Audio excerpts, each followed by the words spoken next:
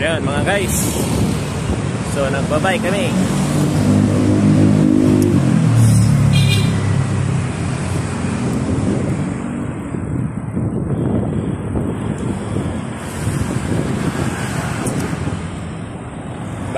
Bike time. So pauwi na kami, dito na kami McKinley. Galing kami ng Antipolo at saka Marikina. Pagbalik namin, nag C5 kami, lusot kami ng Market. So yun, dito na kami McKinley ngayon.